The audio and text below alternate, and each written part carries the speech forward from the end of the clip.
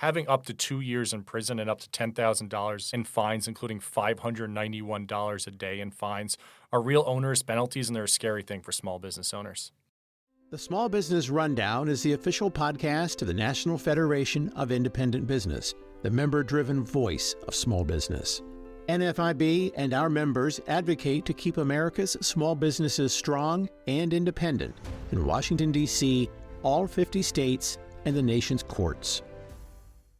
Welcome to the Small Business Rundown, a bi-weekly podcast with information on independent businesses' victories and challenges in Washington, D.C. and state capitals.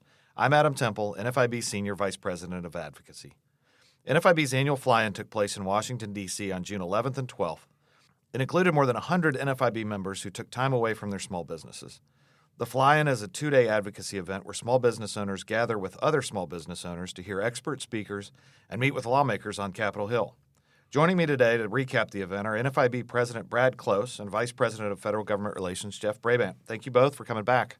Thanks for having us. It's great to be here. During the fly-in, we spoke to a few NFIB members about their experience at the event. So before we dive in, I'll play some of that audio so we can hear from them directly. My name is May Whiteside Williams, PE. I am a civil engineer and a small business owner. My company is a civil engineering company. I had never been given such opportunity to get the FaceTime with Speaker of the House, with members of the Senate, members of the Congress. Just, you would not get this kind of exposure if you're not involved. I'm Neil Abramson with ECI Stores. I love coming to an NFIB fly-in. It allows me to connect with fellow business owners from across the country. I've met so many great people from every state in the country, and that is truly empowering because I learn about their issues. I learn how the same issue is affecting them, and we're all bringing the policy issues to Capitol Hill.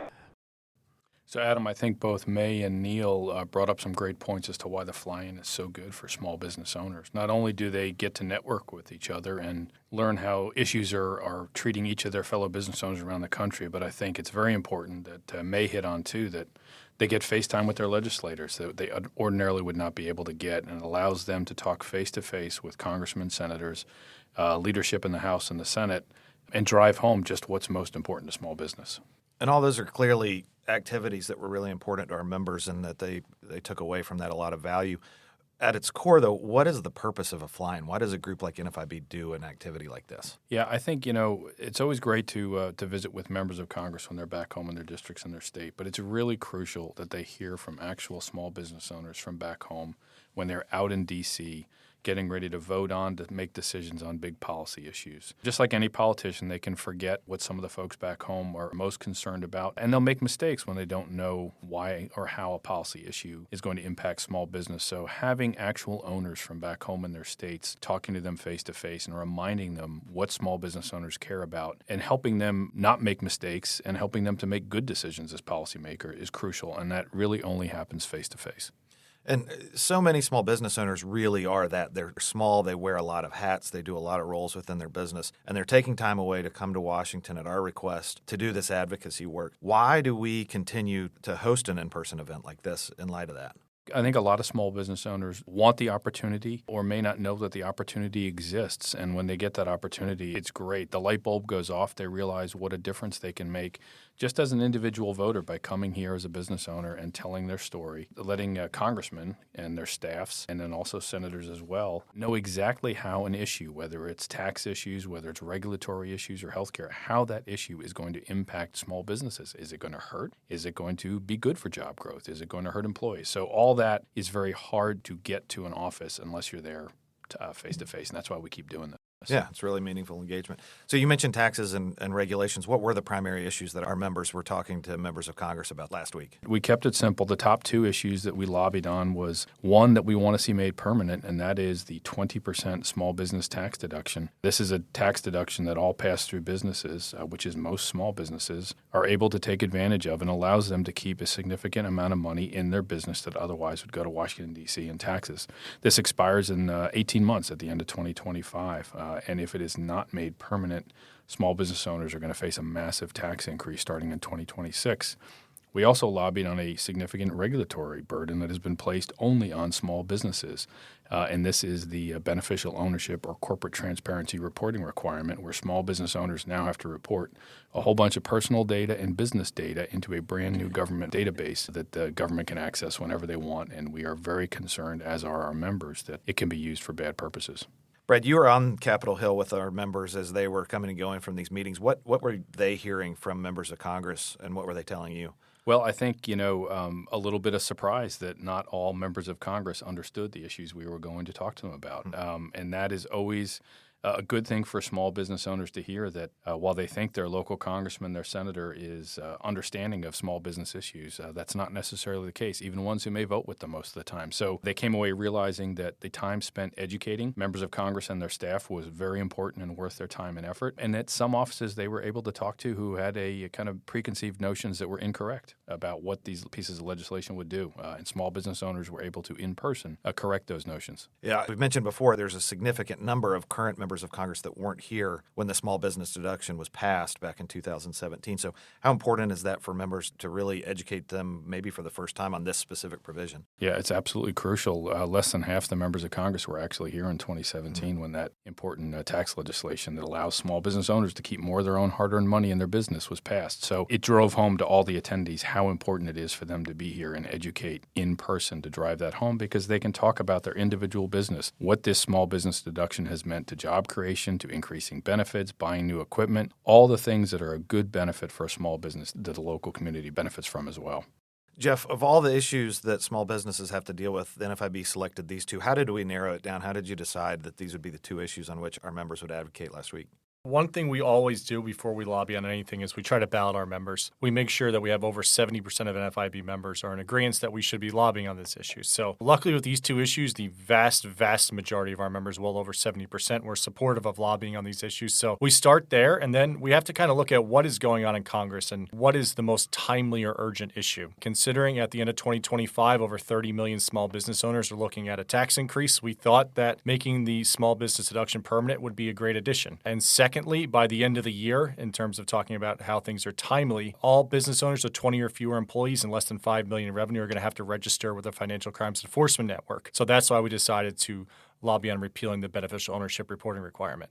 And what were you hearing from members about the small business deduction specifically? I heard a lot of great stories last week, and our members talked about a whole host of things, from some people were able to hire more people with the money they've saved from this deduction. Some people were able to expand their business or open a new location. Some are even able to offer better benefits, even health care for those who couldn't offer health care before. So we heard a lot of great stories. In just a moment here, Adam, we're going to tee up some audio from a member in Massachusetts and a member in Maine that are going to tell their stories. All right, let's hear it. My name is Jean Bell. I have a family business called Westside Finishing in Holyoke, Massachusetts. The 20% business deduction has allowed me to reinvest back into my business, mainly by investing in my employees. The cost of medical insurance just keeps going up and up and up, and I'm trying not to raise the employee percentages. So that's a big one. I guess mainly I would say it's allowed me to help make my employees happy, and so that I can retain them, which in today's market is a challenge to do.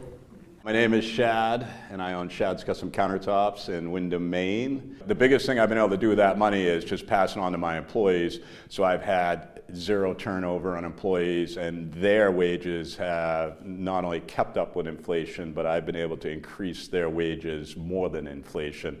And that small business deduction certainly helps me be able to do that. Yeah, it is a challenge, something we can increasingly hear about. Jeff, shifting over to the second issue, the beneficial ownership reporting requirement, what were you hearing from members who were maybe hearing about that for the first time last week and were here to talk to their members of Congress about it? I think there was real shock in a number of members hearing about it for the first time. When you think about this regulation, most people haven't heard of the term beneficial ownership. Most people haven't heard of the Financial Crimes Enforcement Network. So when they're finding out what this reporting obligation actually does and what it actually means and how it's a lifetime commitment for a business, and it also includes criminal and civil penalties, including up to 2 years in prison, I think it was a real shock to the system for a lot of small business owners, and they seem extremely frustrated, and we're going to express that frustration to their members of Congress. And Adam, with that, we are going to hear a comment from an NFIB member from Arizona on this issue.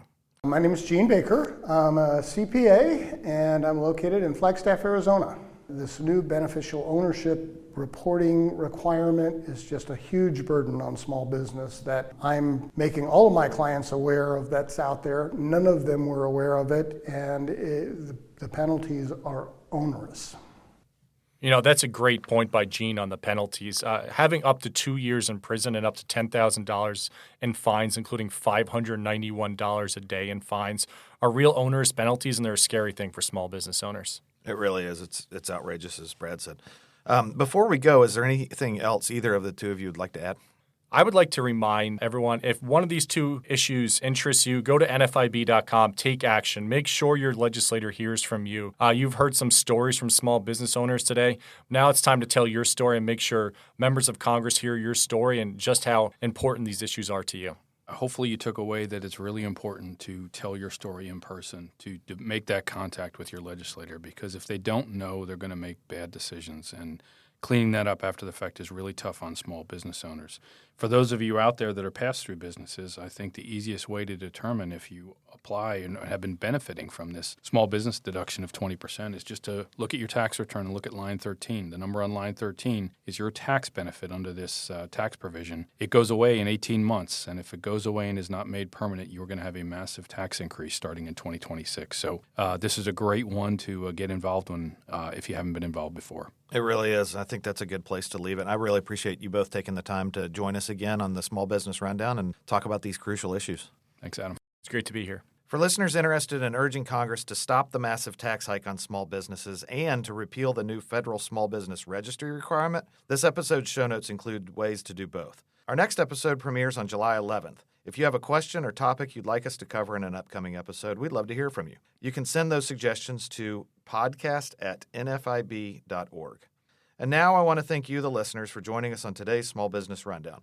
We'll be back every 2 weeks bringing you news and analysis from Washington, D.C. and state capitals so that you, whether you're a small business owner or a supporter of one, can continue to blaze a trail.